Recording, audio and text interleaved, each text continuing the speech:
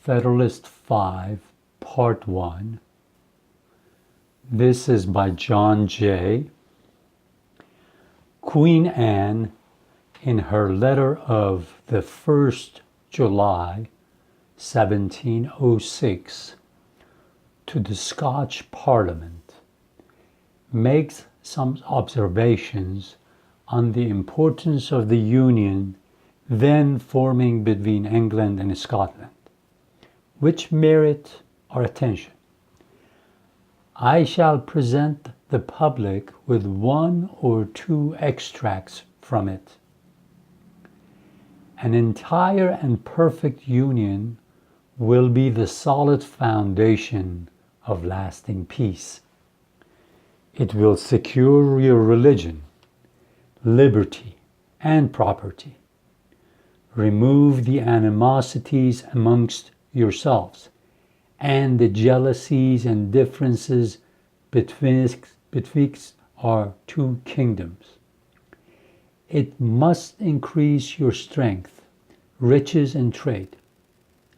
And by this union, the whole island, being joined in affection and free from all apprehensions of different interests, will be enabled to resist all its enemies. We most earnestly recommend to you calmness and unanimity in this great and weighty affair, that the union may be brought to a happy conclusion, being the only effectual way to secure our present and future happiness, and disappoint the designs of our and your enemies, who will doubtless on this occasion use their utmost endeavors to prevent or delay this union. Notice when he says Scotch Parliament, he's talking about Scottish Parliament. It was remarked in the preceding paper that weakness and division at home would invite dangers from abroad, and that nothing would tend more to secure us from them than union, strength, and good government within ourselves. This subject is so copious and cannot easily be exhausted. The history of Great Britain is the one with which we are in general the best acquainted, and it gives us many useful lessons.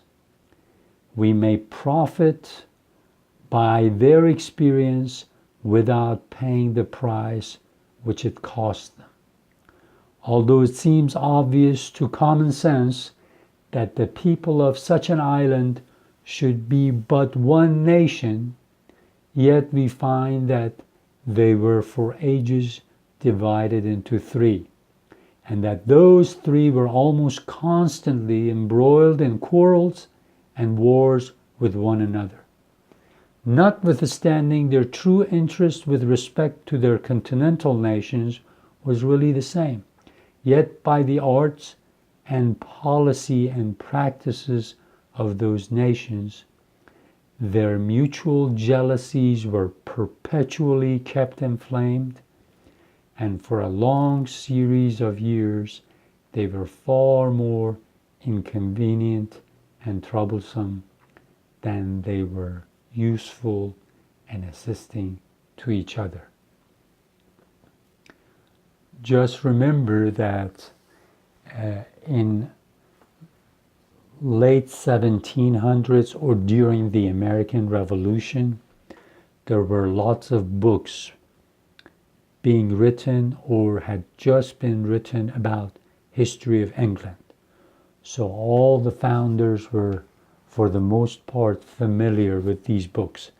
They knew the history of England really well because they were tied to England for so long, so they knew the history of England really, really well.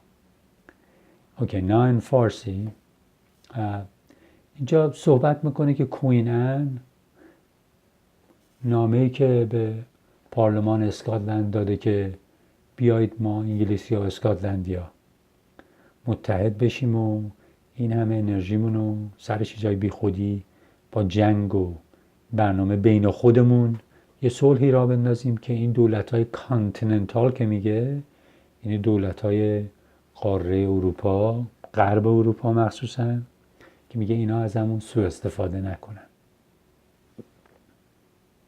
و یه حرف جالبی که میزنه، میگه شما اصلا کسی که عاقل باشه و بیشینه مسئله رو بیرون نگاه بکنه، میگه اینا اصلا چرا با هم دیگه میجنگیدن؟ این همه که توی یه جزیره بودن، یه تیکه زمین، اصلا عاقلانه است که از روز اول میشستن با هم دیگه متحد میشدن و جوری پیشرفت میکردن.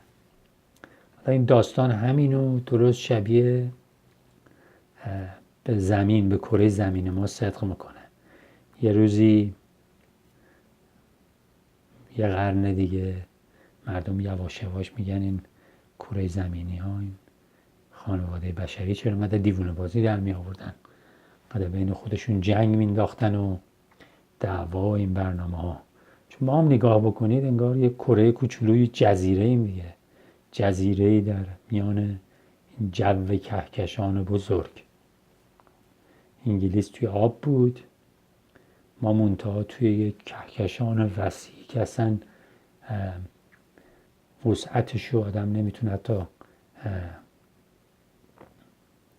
واقعا بیشینه و راجبش اصلا فکر بکنه، چیز عظیمی که هستش. ما بایستیم بیشینیم و کره زمین رو اتحادش بدیم، آدم ها رو بگیم و با از این قبیله پرستی بزنید بیرون. خب یه چیز دیگه که اینجا میگه خیلی مهمش، The history of Great Britain is the one with which we are in general the best acquainted. میگه ما با تاریخ بریتانیا بیشترین آشنایی رو داریم. خب اینا انگلیسی زبان بودن، مثلا اونجا کشور مادر بود، به خاطر اون خب حسابی از سنن انگلیسی و اینا، سنن انگلیسی و بریتانیا رو به ارث برده بودن و اینا. خب اون که یه چیز طبیعیه. از یه چیز دیگه که اینجا خودش زیاد اسم کتابی اشاره نمیکنه، اینه که در دهه‌های 2-3 دهه قبل از انقلاب آمریکا، یا همون درست در سالی که انقلاب آمریکا اعلام شد، چند کتاب درست حسابی در مورد تاریخ بریتانیا نوشته شده بود. مثلا یکی از مهماش همون کتاب دیوید هیوم، فیلسوف اسکاتلندی، که خیلی هم خوشقلم بود. 8 جلد کتاب راجع به انگلیس، بریتانیا تاریخ نوشته بود. پس اینا رو مثلا اسم این کتابا رو توی این مقاله‌های فدرالیستی که آقای جی آر پول POLE ویراستاری کرده نوشته. مثلا یکی دیگه یه خانمی بوده به نام مکالی، اونم یه کتاب 8 جلدی نوشته. بعد 2-3 تا کتابای دیگه اینو باید در نظر بگیرید. حالا جلو که میریم یه اشاره‌ای میکنه به روم قدیم و امپراتوری روم. همین سال 1776 که آمریکا اعلام استقلال کرد، اولین جلد کتاب خیلی مهم Decline and Fall of the Roman Empire به دلیل آقای گیبنز اومده بود بیرون. و اینا رو مثلا در نظر داشته باشید. پس انگلیسی‌ها به عقل در اومدن و با هم دیگه انگلیسی‌ها و اسکاتلندی‌ها و ویلزی‌ها با هم متحد شدن. حالا این داره مثال میزنه که توی پاراگراف‌های بعدی شروع کنه میگه ما آمریکایی‌ها باید این عقلمون رو بذاریم رو هم دیگه، این 13 تا ایالت متحد بشن. خب بریم قسمت بعدی.